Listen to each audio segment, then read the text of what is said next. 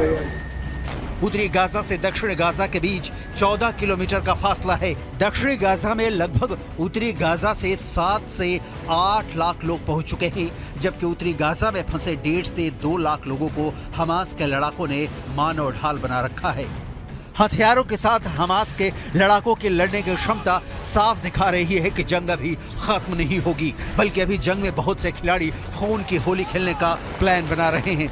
अब देखना होगा हमास और हिजबुल्लाह जब दो तरफ से डबल अटैक इजराइल पर करेंगे, तब कैसे इजरायली सेना हमास और हिजबुल्लाह का सामना करेगी।